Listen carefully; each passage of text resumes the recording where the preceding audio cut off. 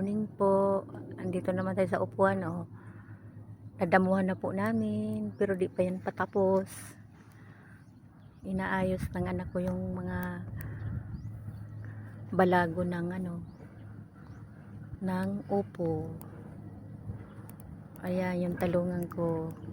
Nadamuhan ko na yan, kaya lang di pa patapos.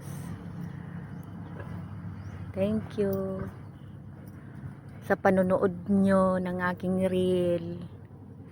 God bless po sa ating lahat.